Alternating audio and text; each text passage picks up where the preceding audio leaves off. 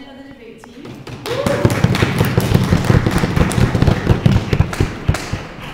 I just wanted to welcome everyone to our second annual invitational debate tournament and to the final round. And to thank everyone for coming. I also want to thank our guests, both the ones that you see up here and everyone else that competed this weekend.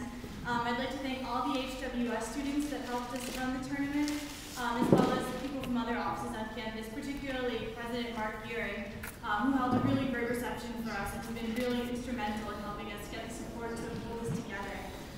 We're really pleased to bring this opportunity to hear some of the best debaters from all over the world to our campus and to the greater Geneva community.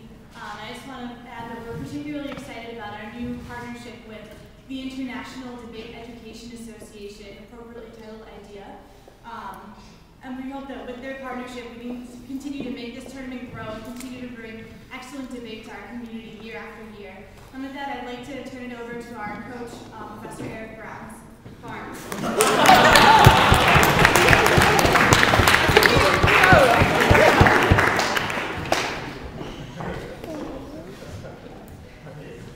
Thank you so much. What was your name? I'm not going to take too much time. I'm very, very happy to see a good turnout here. I'm happy to have these teams here. We had a great weekend. It was just delightful. I had rarely had so much fun in my life as helping to run this tournament and having so many wonderful people here. I'll tell you just very briefly about what you're about to see. The motion before the House is this House would create an international force to arrest those who have been indicted by the International Criminal Court. The people you see up here have had approximately 15 minutes to prepare for this topic. They didn't know what the topic was going to be. They've debated on 5 other topics this weekend that they were also given 15 minutes to prepare for. And I think you'll agree that the type of reasoned, rational, clever, analytical argumentation you're going to see is very impressive given those constraints and given the range of things that they're expected to know about and be able to present about. If you feel as though you would like to agree with a point that you think it was just made, feel free to bang or stomp your feet. It's perfectly acceptable and appropriate behavior in the context. There will also be something I will explain. You will see people hopping up during someone's speech, and that is somebody who wants to ask a question. It's up to the speaker whether or not they will take the question. Of course, it would look pretty bad if they never took any, but it's a strategic decision debaters have to make. Without any further ado, I would like to start the debate. Thank you all for coming.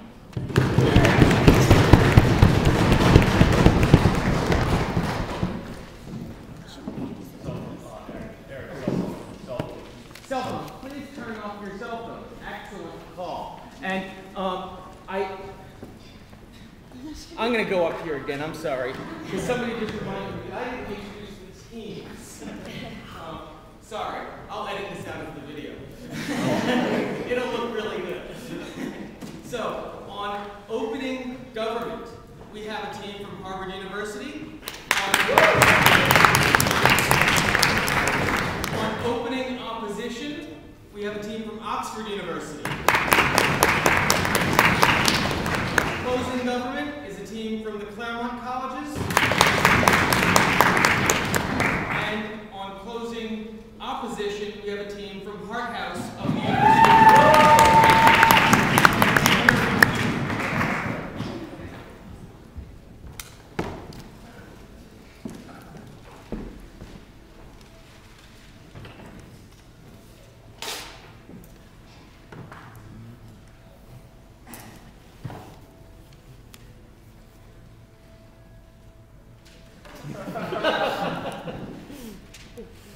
Well, thank you very much, Mr. Speaker.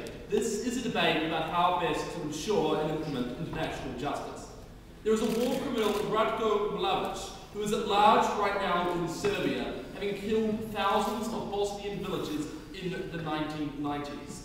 His crimes, Mr. Speaker, are so horrific Indeed, the extent of his actions so awful that they represent not just a crime against the Bosnian people, but a crime against human rights itself and against the international community as a whole. We say on this side of the House today that to allow him and other war criminals like him to evade the certainty of justice at the International Criminal Court is to downgrade justice itself and to make a mockery of the world's premier justice institution.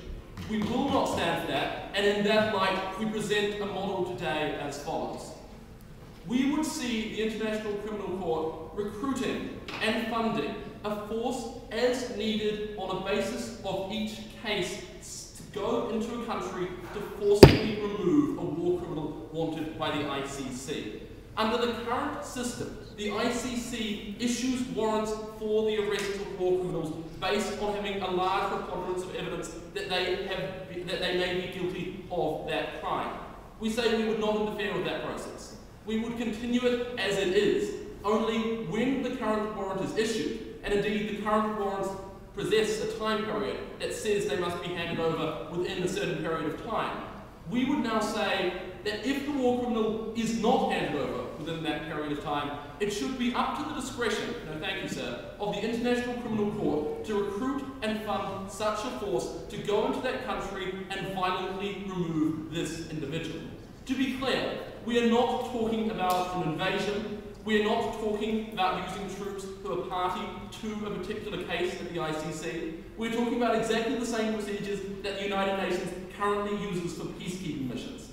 Troops with an impartial purpose, funding from an impartial source to ensure the justice of a mission already agreed by this court. We say that we think that will hopefully be a very clear measure. The sort of thing that we're talking about is what Israel Mossad did in the 1960s in taking Eichmann from Argentina. We say that was fundamentally in the interest of justice. We would support doing that again. That said, I'm going to be addressing 3 points in this debate today. I'm going to be addressing the current problem of international criminal impunity. I'm going to be addressing the issue of justice against international sovereignty and how we make that difficult trait balancing act. And then finally demonstrating that we have an ability to act. And second speaker, Cormac's going to be talking about the purpose and the function of the International Criminal Court and how this will restore credibility to that institution. No, thank you, sir. Because what we tell you, first of all, is that the International Criminal Court was founded with the support of a large number of the world's nations with the fundamental aim of ending the impunity of international war criminals. Recognizing that there are crimes indeed that are so severe that they constitute a crime against humanity, and that these crimes must be punished for the idea of justice to mean anything at all. We say, however, that they have so far in this aim shown themselves largely effective. The court has shown that they won't take frivolous cases, having dismissed cases against NATO peacekeepers based on politically motivated charges. We say furthermore that they've shown that they will step in where national court systems are inadequate, and will only step in where those national court systems are inadequate. And we've seen them doing that in taking Congolese warlords and putting them on trial in The Hague. But we say, however, that there is currently one limit to the efficacy of this institution, and that is the refusal or the inability of nations to act to support the capture of people who are suspected of war crimes. We point you, for instance, to Ratko Mladic in Serbia and other nations who refuse to comply with the court's warrant. We refer you also to warlords within the Congo where the government simply lacks the ability to get those war suspects and take them to The Hague. We say in both instances that the very credibility of this institution relies on being able to capture those suspects. Because what we tell you, secondly, is that when we come to this trade-off between international sovereignty and justice, we have always recognized that international sovereignty is not absolute when war crimes are at stake. We say that we fundamentally recognize the ability that a nation to void the sovereignty of a nation where it has voided its own sovereignty by the ruler committing crimes against their own people.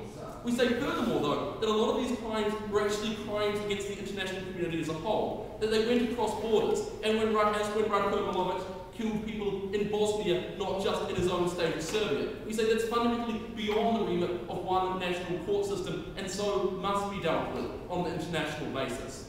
And we tell you beyond that, that we recognise that when it comes to genocide, we don't have to respect international sovereignty, that we have as well a duty to to protect. I accept you, sir. Okay, seeing as the budget of the ICC is measured in millions and the cost of militaries are measured in billions, can you please tell any of us any idea of where any of this money would come from, please? Absolutely, sir. We say it would come from the members of the ICC who have billion-dollar budgets because they're rich European nations. We say, sir, that insofar as these nations have shown themselves willing to fund tens of thousands of troops to go in and sort out conflicts after they've evolved in third world nations as peacekeeping forces, they will likely be happy to send far smaller deployments to stop these conflicts occurring in the first place and to ensure that justice is done after they occur. We think there's a very clear precedent for this action. Because what we tell you here furthermore is that when it comes to justice, that there is a value in itself to ending these crimes and to seeing that these people are brought to justice. That when it comes to closure for victims within these communities, that could never be achieved within national court systems because the victims were often ethnic minorities within their own country and still can't achieve a fair system of justice. But we tell you furthermore that in capturing these people often has a value in ending conflicts. We tell you that insofar as these people often remain the hindrance to a long-lasting peace settlement, it's very important that they are captured.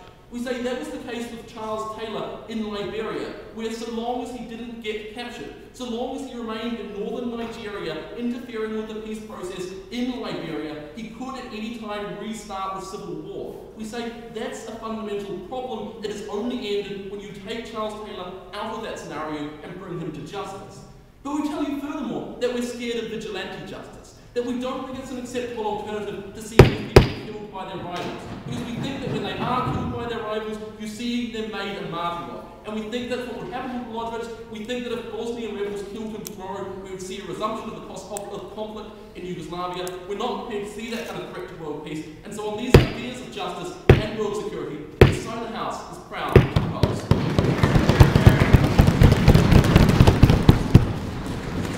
I thank the Speaker for his eloquent remarks. I call upon the Leader of the Opposition to open up the Opposition's case.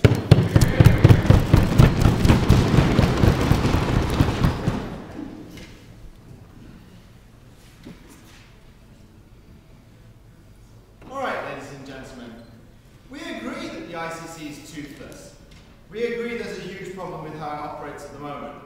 That's why, from opposition, we're going to abolish it. Okay. I'm going to talk about two things. I'm going to talk firstly about the practical legitimacy of the ICC and why it hasn't got any. I'm going to secondly talk about sovereignty. I'm going to strike that point in a more nuanced way than the first proposition speaker was preemptively rebutting it. I'm going to show you why we don't think this kind of organisation is therefore either practical or legitimate.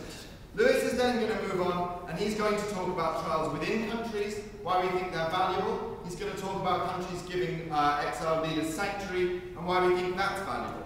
And he's going to talk about how best you deal with deposed leaders. Now, obviously, quite a lot of my rebuttal is going to be fairly irrelevant, given that we've conceded that the ICC is toothless, but I've got a few things to say to the first proposition at the very beginning.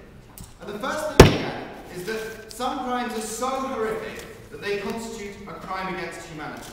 Ladies and gentlemen, from the opposition, we're not quite sure what this means. We don't see how the severity of a crime impacts on who it was committed against, ladies and gentlemen. We think that's a vagary of international law that the first proposition never explained to us.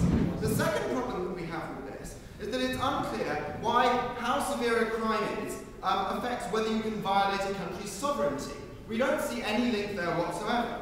The third problem we have with this, insofar as they start to pin it onto borders and say, well, some of these things are international, we think, well, lots of crimes are international. Many people from countries commit crimes against other countries. We have extradition procedures for that. Yes, they don't always work, but they never showed us why, in particularly severe cases, those extradition procedures are no longer legitimate, and we have to take recourse to something that violates a country's sovereignty. They never showed us that. And finally, ladies and gentlemen, we say that we can concede that these crimes are horrific and still ask you why it is necessarily that a prosecution of the type that the proposition are advocating is going to help, ladies and gentlemen. Sometimes we think that even though crimes are horrific, trying people in certain ways is not a good way to deal with them, and we don't think that they prove that either. The second thing that I get from the first proposition speaker is that when someone commits a crime of this sort, they void the sovereignty of their country.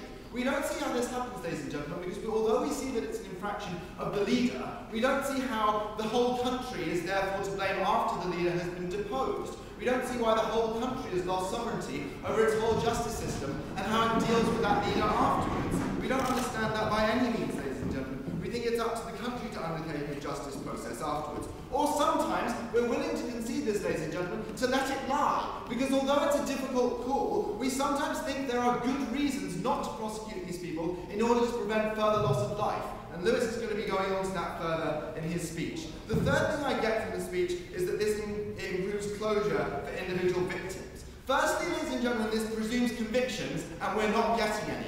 Whether you're able to recruit to get people to the court doesn't necessarily show that you're going to succeed in convicting them. Those that have been brought to trial have been extraordinarily unsuccessful. If you look at a case like that of Milosevic, who because of the very vagaries of international law was able to delay the interpretation of his case until he eventually died. We don't think there was much closure coming out of that one, ladies and gentlemen. We secondly say in terms of closure, this presumes that this court has some sort of legitimacy for the people who are back in the country itself. We say often in order to gain closure, they want to be able to undertake that trial themselves and not have it done by these liberal democracies that don't trust them because they're vigilantes, ladies and gentlemen, which is the next point that we get out of, and which seems to completely contradict his previous point. It's unclear whether he thinks that these home countries are prosecuting their former leaders too much or too little. He seems to think that liberal democracies have got it just right, though. We'd like to hear why. Let's move on to my first point about practical legitimacy of the ICC. And we say it's inherently ineffectual even after you undertake this policy. Why, ladies and gentlemen? Because first, the big problem is at the level of indictment in the first place. The proposition doesn't change how willing it's likely to indict. In fact, if anything, it makes prosecutors less willing to indict individuals because they know that they're going to have to send a force in and disrupt the country, ladies and gentlemen. So we think the prop hasn't made anything better there. Secondly, you get delay in vagueness when you get to trial, as you saw with Milosevic. Thirdly, we say without members such as the US, China, all these kind of people being members of the ICC, it's not genuinely the whole international community. What does that mean? Firstly, it's not a genuine, justifiable expression of the collective will of the international community. Secondly, it practically delegitimizes the outcomes of these processes. We say it's a huge problem when you don't have members of that sort. Yes, I'll take you. So, can you explain under your model how Ratko Mladic would be brought to justice? We don't necessarily think he would be. We think it would be very disruptive for him to be brought to justice at the moment in Serbia. We're willing to defend that. We say if they were able to get him to trial themselves, we'd love that. But we're not going to say that just because they can't, that means that the international community should go in and get him. We then say that another problem with bringing them to trial and the ineffectuality is that you may not find them even when you take this force in, or you may face significant violence. We think this is just going to force more leaders into hiding and make them less easy to find. And finally, we don't think you necessarily get that many benefits even if you manage to prosecute them, ladies and gentlemen. We think, furthermore, this is often used by the countries that aren't members of this, such as the US, as a political tool hypocritically. You see the US requiring Serbia to hand over some of these war criminals before it can play a wider international role, even though the US isn't actually a member of the ICC. We think that's blatant hypocrisy. We furthermore think that it's a violation of equality that those signed up are subject to this and those who aren't are not. We think if these kind of things are going to be done internationally, which we don't, they should be done by an organisation of which everyone's a member like the UN. Let's move on to my second point about sovereignty. Because we say, yes, there are some clear cases of crimes against humanity, and the ICC generally fails to deal with them. But we say, furthermore, there are many others at the borderline, and this is the legitimate reason why the US doesn't want to join up. Because we say the idea of an elected leader being removed because of the vagaries of what a crime against humanity constitutes is very problematic, ladies and gentlemen. We think states should determine their own leader, and international law is nowhere near codified enough to be enforced in this way. We say countries can't seek this kind of sovereignty, and those that have shouldn't. We think that they give over to what is basically a faux neutral legal order, which has an institutionalized ICC interpretation of what a crime against humanity is, that doesn't necessarily match up with what those ceding their sovereignty have as a conception of what a crime against humanity is. And we say it's often not legitimate within the local community. We say if it's only realistic to get to these leaders once they've been deposed, then the country should be able to determine themselves the way in which they're punished. There should be some measure of context sensitivity. And we think a force coming in, of course, is an extra huge violation of their sovereignty and is perceived as an infraction of their way of dealing with their deposed leader. It's for these reasons that the ICC must be abolished.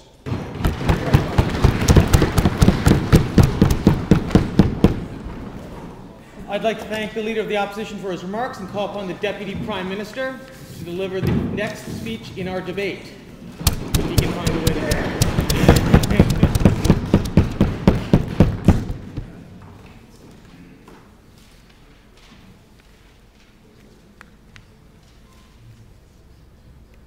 Mr. Speaker, Ratko Mladic slaughtered thousands of unarmed, innocent civilians, men, women, and children.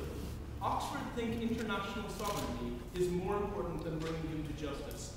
We disagree. We also think that the more than 140 countries who signed the Rome Statute of the ICC disagree. We think every single signatory country of the Genocide Convention disagrees. We think the entire structure of international law since the Second World War disagrees with what they say, and we think it's right. Okay, so I'm going to look at this idea of why we have an international criminal court and why it's good to have it. Because what we tell you is that when war crimes take place, they generally take place in very unstable, very polarized societies. And after that happens, in the post-conflict situation, we recognize as an international community that it's sometimes more than the system can handle to deal with those criminals themselves. Now, I think it's important to mention, they kind of distorted the idea that we're going to just take these criminals and not let the country deal with them themselves. That's not the way the Rome Statute works. Actually, they're given a shot themselves, and if the court system can't handle it, we'll take it out of their hands. We think it's very common that the court systems can't handle it, because these are incredibly politicized crimes. These are incredibly politicized issues. And we think that these are toxic figures that prevent settlements, no thank you, from taking place. That's why we believe that it's important to have at least the option of a neutral arbitration body that is seen to have legitimacy, no thank you, and it is because everybody almost is a member, no thank you. But it's also important because that gives a sense of closure and a sense of justice. Because the alternative is to leave Ratko Mladic in hiding in Serbia, and every time the Serbian and Bosnian leaders meet, that's what they talk about, instead of building peace, instead of building their economies, instead of building a stable society. That's a problem. We think that these are toxic elements in the system, and the system sometimes shouldn't have to handle it itself. That's the rationale for the ICC. No thank you. We think that's quite important. But we tell you there's a very large failure in the current system. Because what we do now is we tell Serbia to arrest Ratko Mladic, and they say, we can't find him. Which clearly means we don't want to find him. We're not looking very hard. No thank you. Because it's also very, very difficult, not just to try these people, but to bring them to trial at all. It's incredibly difficult politically. No thank you. It's something that these countries often can't do. Because they are unstable societies, they are very polarized societies, and we think once these figures are taken into a neutral arbitration zone, that, no thank you, will allow conflicts to be resolved. Okay. Then they tell you that crimes against humanity are vague, and they don't want elected leaders being taken from their cabinet rooms and hauled off to The Hague in shackles, because that would be bad. We tell you absolutely not. No, it isn't vague. It's very highly codified in things like, I'll take you in a minute, in things like the Genocide Convention, in thousands and thousands of pages of incredibly boring international law. It's all there. More importantly, though, it's not vague because of politics. They tell you that we're just going to randomly seize elected leaders. No, we're not. People have tried to bring suits against, for example, Tony Blair, and they were thrown out because they were frivolous and politicized. The ICC, in its record to date, has been impeccably neutral, impeccably fair, and universally recognized as such. Yeah, because it hasn't prosecuted anyone successfully. You can't claim to be the side that's bringing all these people to justice when you actually look at the ICC's historical record. People brought to justice far more on average than Mladic died in prison, and that's what he deserved. We think we're quite happy with that. We think, yeah, he wasn't ultimately convicted. He died in prison. There was a process, and we think the process is just as important as the outcome. We think giving, no thank you, the victims a chance to have the crimes aired in public also adds to a sense of closure. That's one of the reasons that we try all of their crimes against humanity, not just like one or two that we can prove and then hang them, because we believe that the process is just as important. We don't ultimately care if they're convicted as long as the process is fair. We think they will be. No. Okay. The next thing is this idea of sovereignty and justice, that they really hang their hat. Well, they tell you that the severity of a crime just doesn't link back to sovereignty. There's no link there. They're completely wrong. Sovereignty is not this abstract ideal. It's something that's defined and codified in international law. It exists in the context of recognition from other countries, and we've all agreed that sovereignty doesn't apply when we commit genocide, for example. We've all agreed that sovereignty doesn't apply, incidentally, when we made the ICC, when you're not able to prosecute successfully war criminals in your own country. So no, sovereignty is not absolute, it never has been absolute, and that's the way the international order works. No, thank you. More importantly, we tell you that this idea of sovereignty that they're propounding is, in a sense, entirely abstract, entirely removed from the actual crimes and the actual suffering of real people. We tell you all that they're talking about sovereignty, but they don't show you a concrete harm from actually infringing it. We want to see that because we think there are very real concrete harms from letting war criminals, no thank you, go free and remain free. We think that perpetuates conflict, it creates great sense of injustice, and that is wrong. Finally, they tell you that we might face violence. Yes, that's why we're sending soldiers to Peacekeepers face violence too. That's okay. We recognize that peacekeeping is something that's worth doing. Yes, sometimes, possibly, some of our soldiers will be killed doing this. That's a sacrifice that we're willing to make to bring some of the worst criminals in the history of the world to justice. We think that's self-evidently a good thing. We think it's self-evidently much more important than sovereignty. And even if sovereignty is that important, even if that's what they really care about, we think ending conflicts and bringing about peace happens when you remove these toxic elements from the system. We do that, they don't. We're very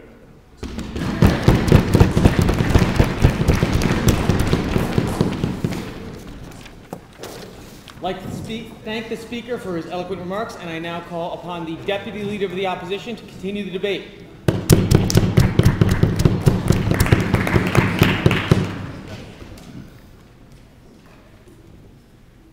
Thank you very much, Mr. Speaker. The last speaker for the proposition started his speech by describing some terrible things that happened in Bosnia. We agree that terrible things happened in Bosnia and the whole of the former Yugoslavia. That doesn't de facto mean that their proposition is correct. Don't be fooled by the rhetoric of how awful these crimes were, awful as they were, as meaning that necessarily an international force is necessary to bring people to justice. I'm going to talk about how we bring people to justice in the most effective way possible. So I'm going to be talking about truth and reconciliation, sort of ideas in general, and about how we think that's far better done in the home countries and not in the ICC, and how in fact the concrete harms they want are shown by that. Because in fact we think that their model perpetuates conflict and conflictual relations between groups in different countries, and our model allows people to move on from those crimes. Now, what do we hear? What have I got in rebuttal, Mr. Speaker? Now, we want to know a benefit from Mladic being convicted. I mean, we don't think he would, right, because they're the track record. Even if he was convicted, we want to know a benefit from that. They said, or the only benefit they've sort of tried to give is closure. We say, in fact, when the International Criminal Court cannot convict people, even with all the evidence against Milosevic, they could not convict him, no closure is brought by him dying in prison. In fact, when the ICC dragging out the process for so long, we think that brings the opposite of closure. We think it means that Serbs and Albanians in Serbia and in Bosnia are not able to move on and heal that when someone dies in prison, or when they're hearing these stories again in an abstract international court, but nothing's actually done about it. Now, we say actually that this debate is about how we bring people to justice.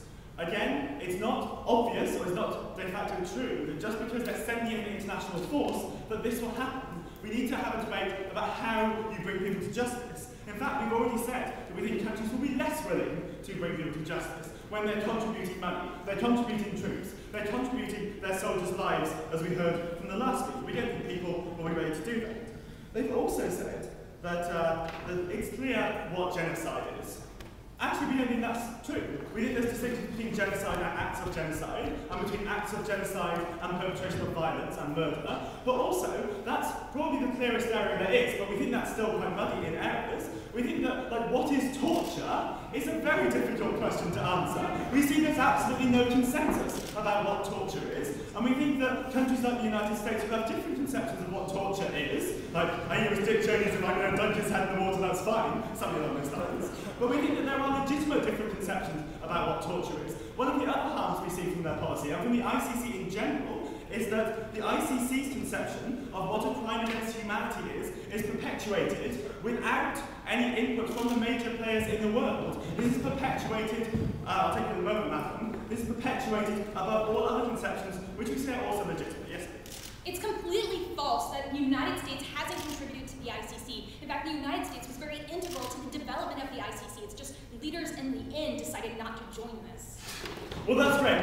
We'll set up a system for everyone else and then locked out. And then we'll see how that comes to your side, madam. But also, the last thing we heard, the last two things, sorry, we heard from the second proposition speaker, one of which was the ICC was established because sovereignty is not absolute. Well, we can establish lots of things, just sovereignty isn't absolute. That's not a reason to have an international criminal court. But furthermore, they didn't respond to the analysis which Alex gave in the first proposition about why a country cedes its sovereignty because of the act of an individual. We would like to hear some rebuttal to that analysis about sovereignty, please. And lastly, what else did we hear? They said that they just sort of slipped a bit from the whole conviction argument, because they said, well, it doesn't actually matter if they're convicted. And we think, well, if that kind of undermines what you said apart in previous speeches, and we think that the process in the ICC is a mockery. I mean, now explaining substantive material why the process is far better in the countries in the host countries. So why is it better for people to be tried in their host countries? Firstly, we say that the host country and the people in it get a decision about what happens to them, about whether they get amnesty, I think that's perfectly legitimate if the country chooses it, or whether they're put to death, or whether they're put to prison. They can make those decisions. So we say that actually the home country is able to put its conception of justice over that of the international community and European liberal democracies. But we also say that people should be brought to justice at the behest of the people of that country, not at the behest of some random prosecutor in the Netherlands, Mr. Speaker. But also, we say that there are very concrete harms. Because we say that when the international community takes this out of the hands of the host country, it sees that the international community is getting involved on one side. The international community, through the ICC, is taking sides in a conflict which has often, by this stage in the process, died down already. We say that that splits people back to the groups which they were in a conflict. We say that the proposition is on the side of some abstract conception of justice, and the fact that apparently there's some closure to rehearing your stories without anyone being convicted. We think there's actually no concrete benefits to that. We think there's concrete benefits to people not being divided into the ethnic groups in which there was conflict previously, and why these convictions, why these indictments have been seen as necessary. It undermines the right of different countries to deal with it as they see fit. We also say, in fact, that this undermines trust from the international community in the country as to have an ability to rebuild itself. We think that the international community should put trust in countries after they've had wars, after they've had conflicts, in being able to deal with their own problems. The international community, through this, is sending a message that they are not capable and not worthy of even knowing how to deal with justice and reconciliation. We think that's fundamentally dangerous. We also say that you'll turn the people of the country further against indicting them. We say sending soldiers into Serbia will not make Serbians think that Mladic is any worse than they thought he was before. He'll be probably seen as even more of a hero. We think he's even more of a hero and a martyr when foreign troops come into a country and arrest them than when you put them up in international courts. We say when you have a chance as a country to go through a healing process, then that, in fact, will mean that those people are far better off to move on. We say that there's drags it through the courts again. We think that the countries then will be more stable, and we think that more lives will be saved, and that people can move on from conflict rather than having an abstract sense of closure, which we don't think people value as much as the proposition say they do. We also say, very briefly, that in fact one of the mechanisms by which you can often depose leaders in charge of civil wars or conflicts is by allowing them asylum in other countries. Again, we don't think it's desirable that people aren't always brought to justice. It's not the most important thing. If you remove any possibility of a leader being able to go to another country to seek asylum and not be arrested by international troops, then there is no reason for that country to depose that leader and to take the leader out of the conflict zone. We stand very proudly in favour of abolishing the ICC.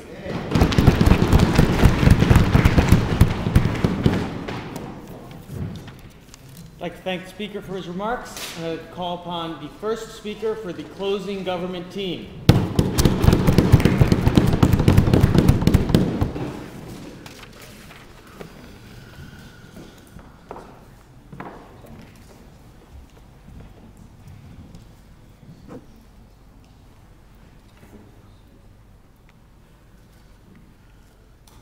Ladies and gentlemen, the opposition seems to have a very perverse idea of how the world works. They seem to believe that every people and every country have the desire and the ability to simply overthrow their leaders who are committing mass human rights atrocities. Unfortunately, this isn't how the world works. In many instances, they're unable or unwilling to stop the massive atrocities that are occurring throughout the world. And because we believe that vague notions of sovereignty shouldn't trump the protection of human rights and individual liberty, we uphold the resolution that this force should be formed to go after international war crimes. I'm going to give 2 case extensions. Specifically, I'll talk about how force accompanies the legitimacy of international law. But secondly, I'll talk about how this establishment of a force would end the perverse incentives that are now inherent within the ICC. Finally, then, I'll look over some of the arguments offered by the opposition side and show you how they're simply just ludicrous, and you're going to want to support this force. But first, I think it's important to recognize how force accompanies legitimacy and legitimate laws. Now, the opposition side keeps trying to bring up this notion of sovereignty, saying we never have the right to overcome someone else's sovereignty just because one individual commits an act of atrocity. I think that this is false, both on a moral level and on international law. Sovereignty, as respected in the international community, is contingent on that state upholding reasonable duties to its citizens. Essentially, a leader is only recognized as a legitimate representative if it actually is a legitimate representative of its people. Unfortunately, when a dictator is committing mass human rights abuses, I think at that point he or she loses his legitimacy and thus loses his sovereignty within the community. Additionally, if a country refuses to prosecute and go after individuals who are committing war crimes or human rights abuses, that is yet another example of how a country is not upholding its reasonable duties to its citizens. Thus, its sovereignty no longer exists in international community. Furthermore, however, it's an accepted principle in international law that when a law is considered just, or when a right is considered just, we have the right to use force in order to uphold that. For example, we accept my right to life. So if Charlie was to come and try and attack me, I have the right to self-defense because it's considered a legitimate idea. Furthermore, increasing in prevalence is of the doctrine of responsibility to protect. Essentially, that force is justified to protect people against genocide, regardless of the consequences to sovereignty.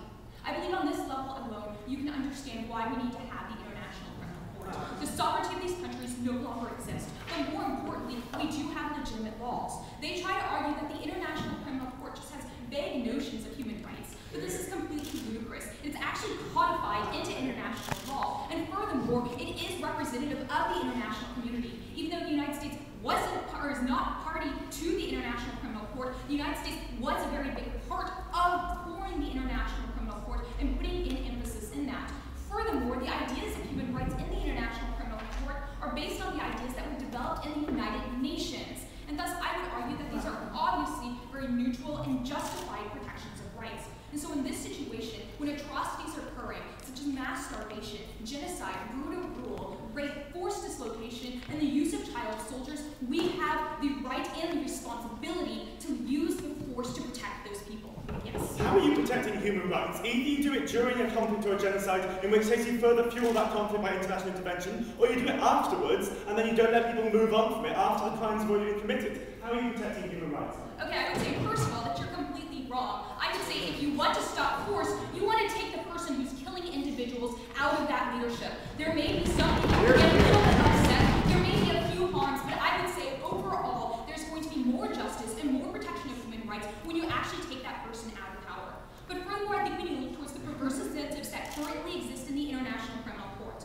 By not having an international army to capture and prosecute individuals, we must rely on the domestic actors to capture them themselves. However, as long as a dictator is in power, this never happens. Therefore, dictators essentially have the incentive to try and maintain power.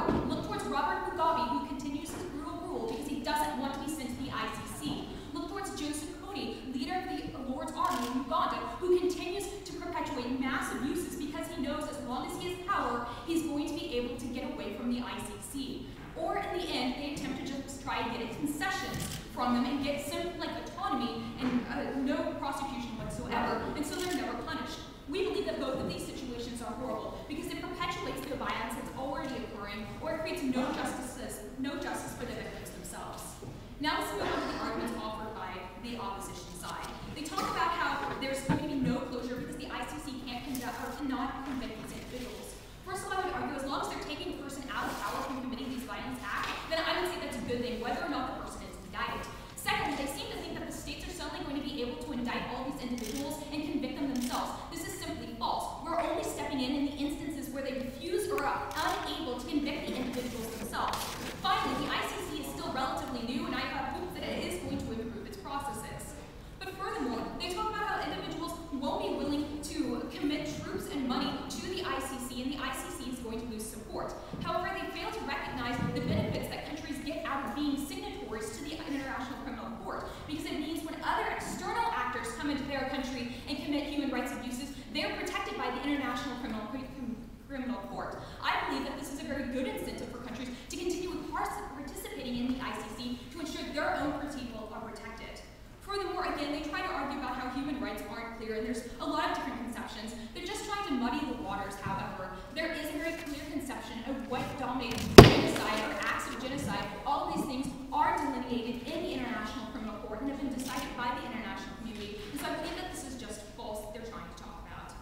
Furthermore, they talk about how countries are how we're essentially going to be fueling the conflict because countries are going to be taking sides and we're going to be splitting people into camps.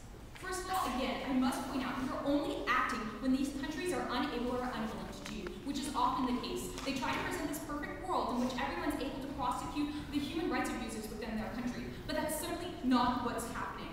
But furthermore, I think it's important to understand that even if you do happen to make a hero out of someone that's captured, at least that person is captured and is no longer able to commit these acts. It's important to realize that the victims of these human rights abuses are often minority groups who don't get representation within the country and who don't have their rights protected. And so the only way they can hope to have their rights protected is by having this external source that can protect them and ensure that their rights are not being violated by the majority in the country. And that is why we need to have the International Criminal Court, to ensure that we stop leaders while it's happening and to ensure that we protect the rights of individuals.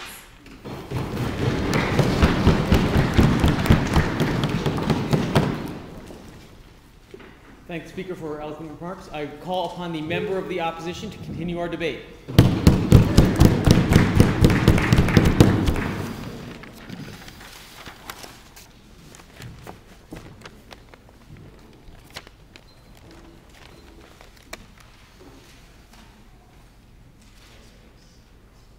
Thank you very much, Mr. Speaker. You'll notice that nobody ever takes our PLIs. It's because we broke first and they're terrified of us, and there's good reason too. What we have to talk about today is an understanding that side first brought up an interesting case. And I want to set up for you very briefly the logical construct because I have a lot to say.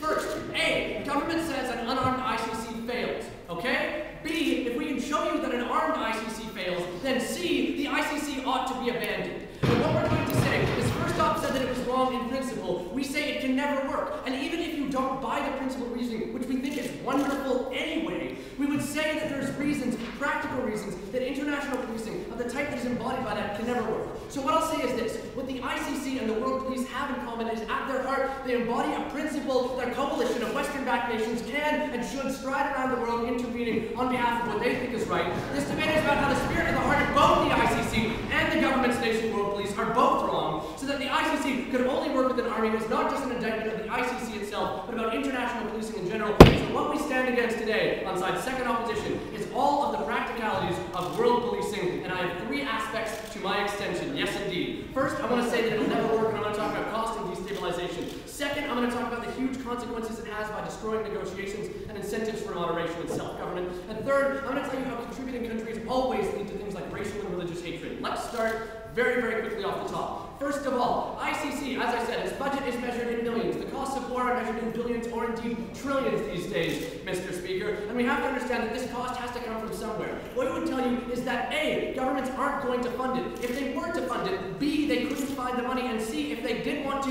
and could find the money, they would still lose the war at the end of the day, because the kind of conflicts that we're talking about are protracted, bloody, Civil War-oriented battles with huge ethnic conflicts, which we haven't seen a successful resolution to pretty much anywhere ever, Mr. Speaker. We would tell you that there are two kinds of the government currently. That means you have to take on the government itself. That means you have a country against you because you think they're invading their sovereignty. Or two, you have people who are essentially running wild. You need special forces for that. Highly specialized special forces that indeed would be quite costly, quite expensive, hard to find, and you guessed it, from countries like Israel, Germany, England, and France. These are people who are white and also people who are hated in the Islamic world. I could go on and on and on. What we have to see here is that it's just undoable. But more than that, it has enormous consequences by destroying incentives for negotiation. Let's talk about Side's second proposition's example of Joseph Kony. Joseph Kony has no incentive to negotiate with the government of Uganda if he's going to be captured by a foreign army anyway. If foreign armies stride about and they constantly threaten to depose the people who are committing these atrocities, those people themselves know that there's no point in negotiating with those countries, because even if those countries come to a settlement with them, we still invade and we still haul them up to the Hague. That's a problem, and it destroys incentives for negotiation. Moreover, what I would add is that by destroying negotiation, you destroy incentives for moderation as well, because the people who are in these groups, who essentially realize that they're never going to live their lives outside anywhere other than Rwanda, for instance, have no incentive to see and moderate their behaviors because they have no incentive in the future of their country, which will surely be invaded once they're indicted after the fact. Moreover, when you constantly hear on Side's second proposition about the need for somebody to step in, external help, we have to understand that means that governments start to rely on Western countries to police their own ethnic challenges. They start to rely on Western countries to stabilize their own countries. You have entire continents and people who rely on our largesse to keep them safe, and we can't afford it, and we can't do it, and they don't want it, as you heard from Side first opposition. Last part of my extension. Contributing countries always lead to issues of religious and ethnic tension, because when 3/4 of the intervening force is Bangladeshi and you depose all the government of Uganda, then Ugandans hate Bangladeshis. If all the people who are invading are white Christian people, then the people that you are invading are white Christian people, further fueling those types of problems. We can see that this is unbelievably problematic and will happen in any case that there will be international intervention. So I have just completely indicted and destroyed the concept of international intervention, largely ICC notwithstanding, including all the principal reasons you heard before. I will take you, sir. The ICC has the ability to not choose to prosecute the individual if domestic negotiations are working. So it won't add incentives for these actors to negotiate with a country in power. It's great, and we can wait 20 years for that. You know, you heard from Side First government here, you heard the second guy come up, and he said that, you know, he thinks that international law is impeccably neutral, impeccably fair. Mr. Speaker, the word impeccable has tones of things like perfection, fairness, precision. If I get surface at a restaurant and I describe it as impeccable, it means my chicken didn't take a decade to come to my table, Mr. Speaker. It wasn't cold and cold, Mr. Speaker. We can see that when it takes decades to resolve these problems, that the type of intervention that he's talking about are completely useless. Justice delayed is justice denied, Mr. Speaker. That's my problem there. So let's get into refutation and do it bloody fast, because goodness knows there's a lot. Let's start with the back half. She came up here and says force accompanies legitimacy, but what I've told you is actually force usually accompanies illegitimacy. In fact, usually force is the last resort of being unable to negotiate, unable to win people to your side of the argument, and indeed convince themselves that they ought to pursue a peace process. That's failure and illegitimacy. She's talking about stopping crime. This is frankly a misconception, Mr. Speaker, because actually this entire debate is about policing it after the fact. The ICC will never be able to finish a trial in time to stop a pending genocide. It's never completed a trial against an individual yet, Mr. Speaker. They died. Why do you think they can do it in the time frame of a genocide? Genocides don't take, 50 years to happen. We want to get in there soon. Moreover, she said that human rights regulations are already codified. This is nonsense. They're tremendously interpretive. Intervention, largely, as I told you, is also tremendously interpretive. The reason that Kosovo, where people are white, was assisted and very well, and people in Darfur, where people are not white, was not particularly well dealt with, is because biases in the international community stemming from things like racism, which can never indeed be dealt with. And now turning back to the first half, which was already which was refuted very well by first half, but I want to continue. The notion that you heard of neutral arbitration and neutral solutions is frankly, as I told you, a lie, a rotten lie. Nothing is neutral. All of this is political. Moreover, what he said is that violence is a fair price. That's why we send soldiers. But the thing is that for decades of occupation and thousands of lives lost, I don't think that's a price we actually can sort of cavalierly throw out there as completely fair. To get 5 individuals, or indeed a single individual, requiring the deposition of a government, an invasion, and an occupation, that's unacceptable. And finally, what I want to finish on is a little bit more of first government. Because they talked about impunity, they talked about demonstrating the ability to act. The fact remains that if you can't finish a trial, if the trials that you come up with at the end of the day are biased, and when you do act, as I've told you extensively, it can never work, then we ought to scrap the entire thing, and that's what opposition is telling you up and down. We've told you, and I think fairly concretely, why any type of intervention, and the whole thing at the rotten heart of the notion of international coalitions to stop this kind of thing, simply cannot and will not ever work. And for those reasons, we're extremely proud to oppose.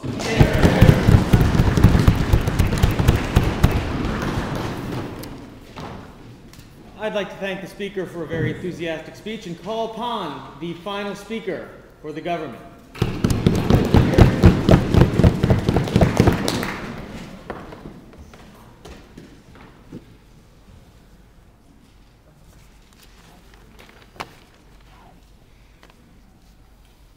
Ladies and gentlemen, in an anarchic world system, we need a single international legal arbiter to denounce the worst crimes against humanity and to enforce these decisions. It is for three key issues that the government has won this debate. First of all, the failures of the status quo and how their model of abolishing the ICC will exacerbate those failures.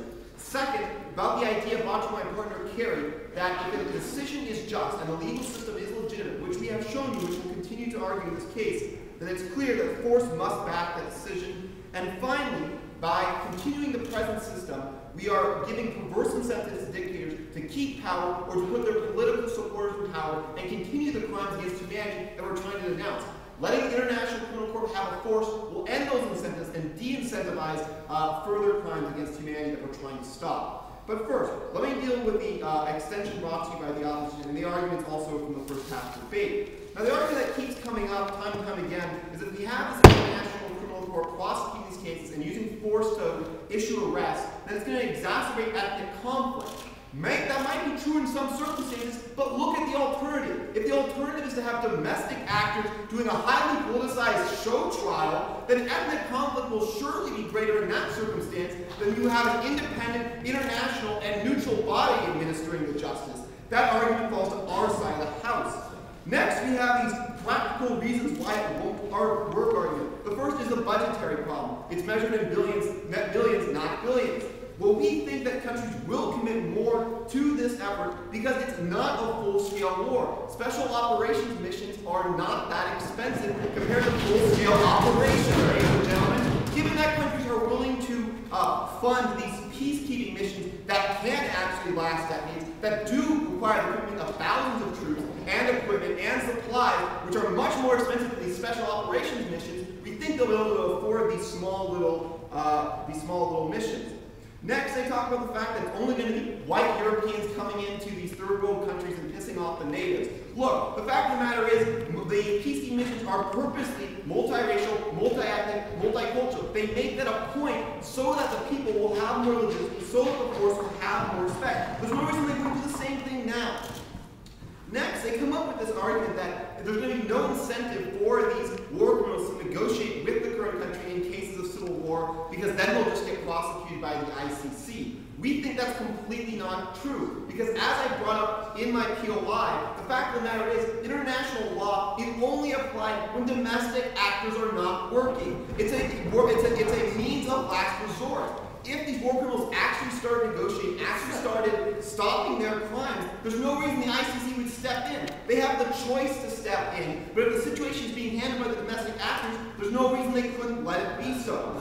But however, we do absolutely need this international actor in case they aren't working. Because what we see with a lot of these times with these countries in weak, unstable, war-torn areas trying to administer justice, they can't do it effectively. It's too politicized. There's too much ethnic conflict. The legal systems are weak. The political and financial resources aren't there. In those situations, it's absolutely necessary to have a justice system of last resort. In this case, the ICC, ladies and gentlemen.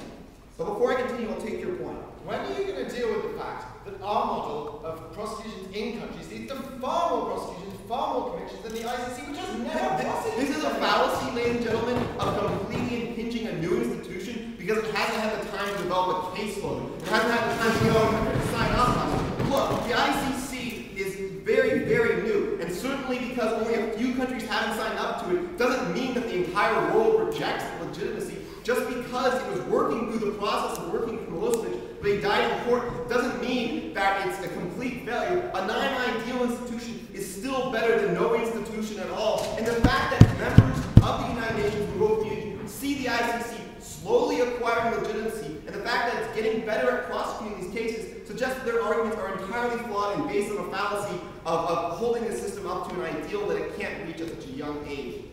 But furthermore, we have to look at the fact that the vigilante justice is inadequate, and there is so many times where dictators will try to put their political supporters in power unless there's an international court to say that that system's not legitimate and it can be prosecuted. Next, on the issue of force acquiring legitimacy and the necessity of having force to back up these just decisions, we can see that the right of a country to self-defense and the responsibility to protect clearly demonstrates that the international law recognizes that if something that's legitimate, either self-defense or protection against genocide, force should accompany that. And in fact, we believe the ICC will acquire more legitimacy, more respect, if it has an army to back up its decisions, if it can acquire this type of force. The ICC is clearly a legitimate actor, and it's better than the alternatives we have. First of all, because the inadequacy of domestic systems. Second, because of the widespread agreed-upon standard to denounce certain acts. Even though there's some complications over certain crimes, the vast majority of the legal framework is codified in international law. Furthermore, sovereignty demands standards of justice, like we told you about, and when a leader stops respecting those, he no longer has the ability to be immune from international prosecution. And finally, because the harms of trying to enforce international justice are small compared to the harms of allowing the status quo to perpetuate, it's clear that we need this international institution. When you're talking about genocide, widespread rape, child soldiers, etc., the small harms of infringing upon a country's sovereignty need to be weighed against the possibility of allowing these harms to continue, which is what's likely to happen under their system. And basically, when they tell you about the decades of occupation that will necessarily follow these special forces operations, they're completely missing how they would work. There's no reason for these special forces to remain in the country after they've extradited the war criminal. We believe these can be short and relatively clean operations. Above all else, if we continue to have the domestic actors working, there will be problems with them. Now, violence continues so long as the criminals remain in power. And the reason why the international system needs to work is because the actors can't stand up on their own without the international criminal court to abide by force. We're talking about countries like Sudan, Rwanda, the Congo, etc. The domestic actors they talk about standing up and bringing justice to people simply aren't there. The ICC is a legal system of last resort. If domestic negotiations are working, there's no reason we need to intervene. But if they aren't working, that's the exact time we need the ICC to step in. In a Hobbesian world of man against man, the only way we can to end this problem is having some international system that can prosecute war criminals and end these crimes against humanity. Thank you.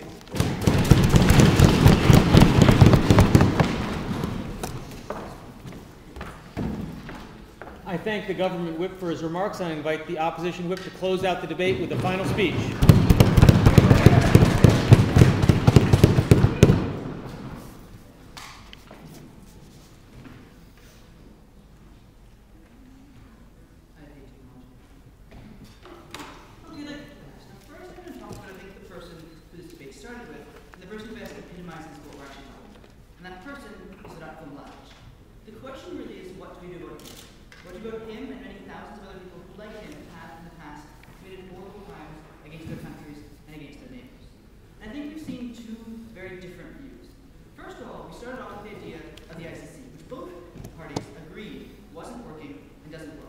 We had two suggestions to fix it. One, to give it an army, and the other, to admit that as a flawed premise, it simply won't work, and that arming it would not benefit it as the first side, and as we extended it, provide concrete harms to these countries and their new peace process. So I'm going to talk about Ratko Mladic and the kind of people like him, and while we don't think that an armed ICC that can break into his house and can pull him out of it is going to be very helpful. First of all, there's two main categories these kind of people fall into. First of all, they committed past crimes, not current crimes. When the government comes up and talks about stopping genocides, that's frankly untrue. These have to be people who, as I said, have already been indicted. This means people in wars that are long since past. People who took place, people who took place in Rwanda or in Yugoslavia. So we aren't talking about concurrent things, we're talking people who previously did those things. And secondly, we're talking to people who, by definition, are popular or supported by their home country. And that where that's not the case, they would simply be given over to the ICC. So we're talking about former people used to leave their countries who are now popular or respected by local populations and local governments. Now firstly, I'm going to talk about, broadly speaking, what legacy. What are the practical harms of bringing someone out? Let's use Ratko Mladic as an example. He's currently in a house somewhere in Serbia, maybe a cave. I don't know, but somewhere in Serbia, the Serbian government doesn't know where he is. Here's what's going to happen under our plan. Our best case scenario is the Serbian government at some point comes to its senses and tries it. Our alternate case scenario, which is probably more realistic, is he dies sometime in obscurity and doesn't get brought up again. Look, we'd like for the local court, we think that is actually quite possible. It's happened in Uganda, it's happened in Rwanda, it's happened in South Africa, that might happen. What's guaranteed to happen in their case?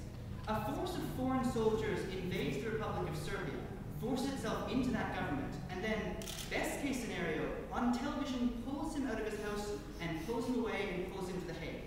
Is this likely to inflame or calm Serbian tensions towards the Western world in general, or towards, for instance, Muslim minorities who they might hold responsible for this? We think that the kind of damage this does is irreparable. The kind of damage it does is very negative and is not worth the benefits of having him on trial, however much to make us all feel better tomorrow morning. Yeah. Also, I'm not sure the raid is going to be televised, but what will be televised is a court process in The Hague showing a war criminal being brought to justice. Isn't there a value?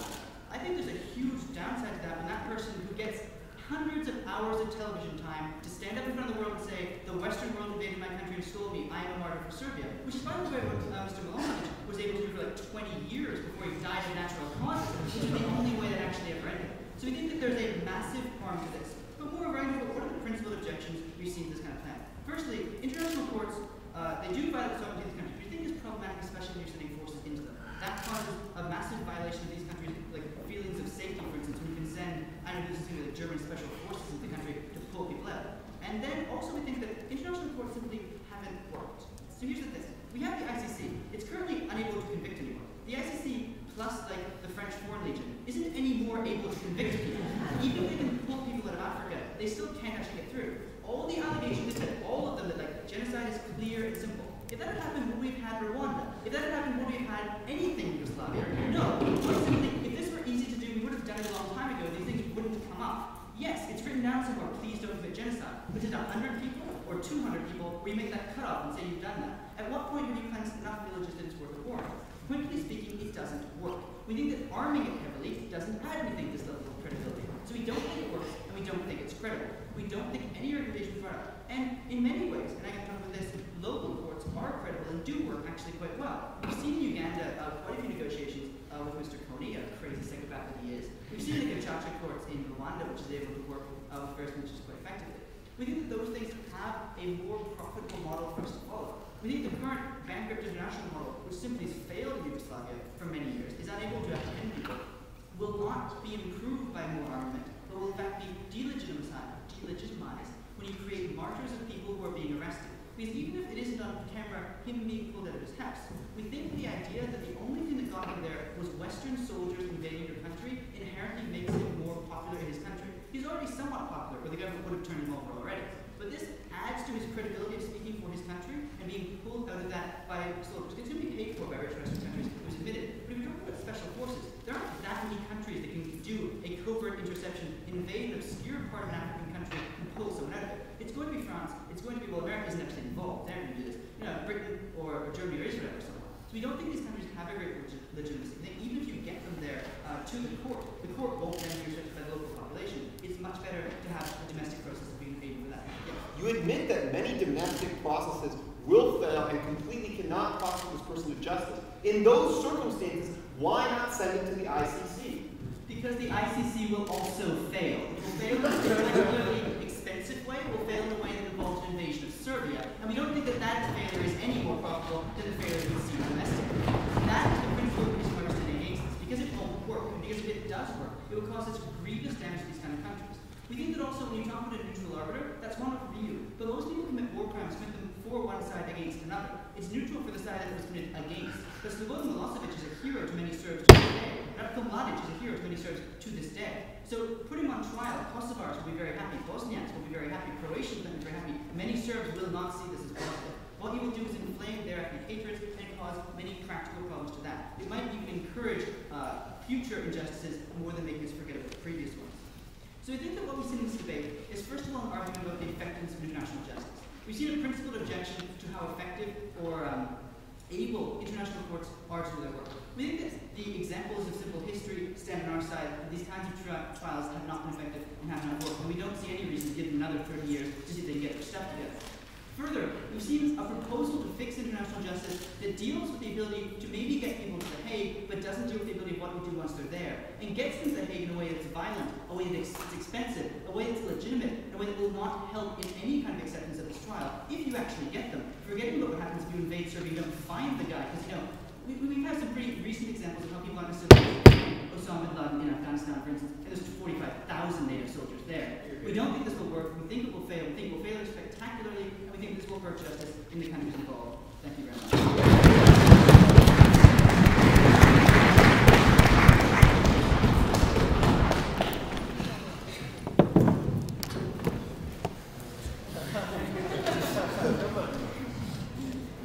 You'll shake hands.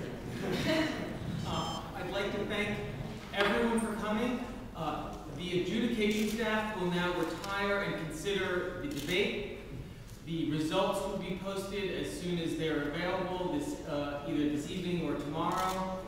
And at this point, I would like to thank especially our adjudication staff representing Queen's University, University of Alaska, Portland State, and the University of Vermont.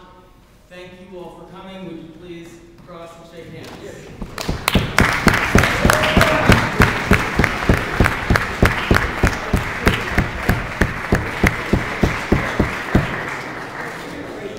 Shall we? I'm going to try to get a picture of the debaters first. Is that all right? Yeah, as long as you're really quick. I'm going to try. Hey, debaters. Can I get a picture of all of you standing together, please?